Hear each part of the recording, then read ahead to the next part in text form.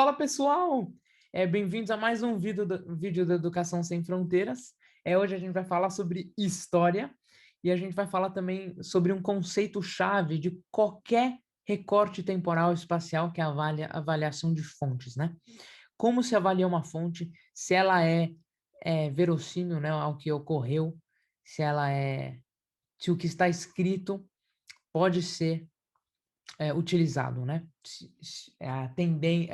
O viés que está presente na fonte, tudo isso a gente vai abordar aqui neste vídeo. Espero que gostem. Então, quais são as três principais abordagens? Não que sejam somente estas, mas são três principais fundamentais para conseguir fazer essa avaliação da fonte. A primeira é a origem. Bom, quando que foi publicado? Né? O ano, a data, o contexto da época.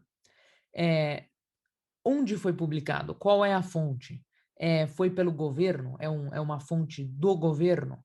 É um jornal? Quem é o autor, né? Qual é a característica do autor? Qual é a tendência, o viés do autor? Isso demanda um pouco de pesquisa. E o contexto, como eu disse, também é importante para fazer a análise, com base na data e com base na fonte e autor.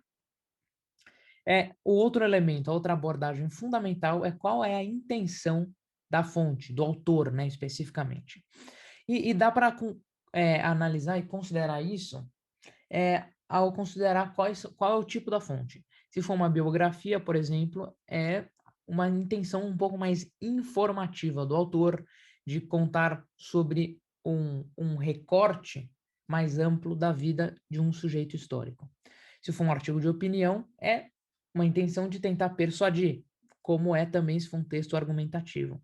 Então, dá para ver um pouco como o tipo da fonte influencia, é um indício da intenção do autor.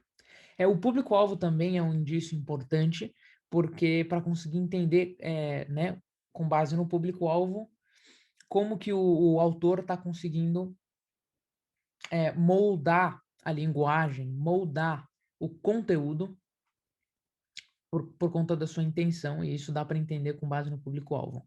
E o título também é um indício importantíssimo, porque dá para considerar qual é o recorte temporal e espacial e, com base nisso, entender qual é a intenção do autor. E a última abordagem que a gente vai considerar aqui é o conteúdo em si. Qual é o tipo da linguagem? É uma linguagem irônica? É uma linguagem informativa, como eu mencionei, se for no caso de uma biografia, talvez? Há uma tendência, né? É um viés presente, que é claro ou não? Isso é uma coisa importante para considerar no conteúdo. Outro elemento importante com relação ao conteúdo é o uso de fatos. Bom, há estatísticas presentes, citações de outros historiadores, de outros autores, de testemunhas. Isso é fundamental para conseguir avaliar a fonte. E também há algo ocultado, e isso eu vou ecoar para as outras abordagens, na origem, na intenção. Há algo que está sendo omitido, que não está presente na fonte, também é importante considerar. Bom, vamos então agora fazer uma análise de um exemplar aqui, de um cartaz da época de 1932, e lembrando fundamentalmente que em qualquer avaliação de fonte, o historiador precisa de uma questão guia. Nesse caso, a questão guia vai ser tentar compreender os motivos pelos quais os paulistas lutaram na Revolução Constitucionalista de 1932. Então, essa fonte que a gente está analisando aqui, essa fonte primária ao lado, esse cartaz, é uma peça de propaganda da época, e a gente vai tentar analisá-la com as abordagens que a gente descreveu: origem, intenção e conteúdo. Então, começando com a origem, né? A gente vai tentar compreender, com relação à origem, o que é algo positivo da origem e algo que limita o historiador com base na questão guia. Bom, algo que é benéfico, que é para o historiador, né? Um valor para o historiador, é o fato de ter sido publicado em 32. Então, o historiador é exposto ao mesmo aparatos, meios de comunicação, né? Mesmas informações que o cidadão era exposto na época. Então, isso é algo positivo, porque era o que estava influenciando a mentalidade dos cidadãos na época. Pode ajudar a compreender os motivos pelos quais eles lutaram. O que é um limite da origem? É o fato de ter uma origem política. Então, embora não tenha sido um governo estruturado, né, na época em São Paulo e nos estados que aderiram ao movimento, havia uma organização política. Então, independentemente, esse cartaz tinha um viés político. Então, por exemplo, as motivações sociais foram ocultadas deste cartaz. Então, isso é um limite para o historiador, porque está tentando compreender o escopo inteiro dos motivos pelos quais eles lutaram.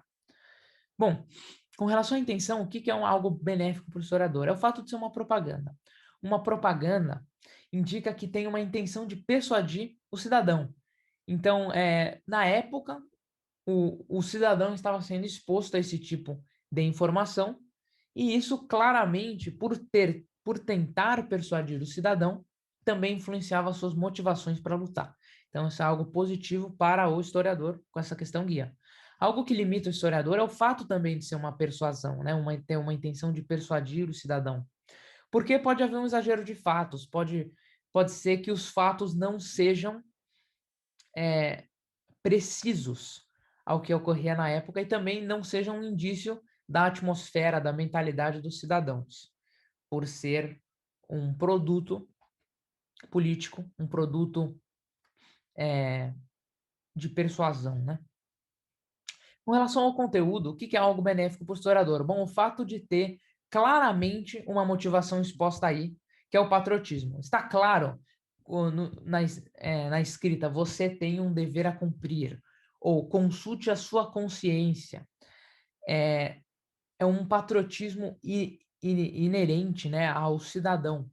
Então, é algo que está muito claro na linguagem. E isso é um valor para o historiador, porque está claro uma motivação que está sendo exposta aí nesse cartaz. O que é um limite? É o foco somente no lado patriótico. Então, nas mesmas falas que eu citei, você tem um dever a cumprir, consulte a sua consciência. Então, inibe o entendimento do historiador de outras motivações, parecido com a origem, o limite da origem. Então, espero que vocês tenham gostado dessa análise, né, desse exemplo também. Espero que tenha ficado claro. E eu gostaria só de lembrar que é fundamental que o historiador tenha uma questão guia, mas também que essas abordagens, origem, intenção e conteúdo, são básicas também. Não são somente estas abordagens que são válidas numa avaliação de fontes, ok? Eu peguei o cartaz dessa fonte. Espero que vocês tenham gostado. E forte abraço, até a próxima.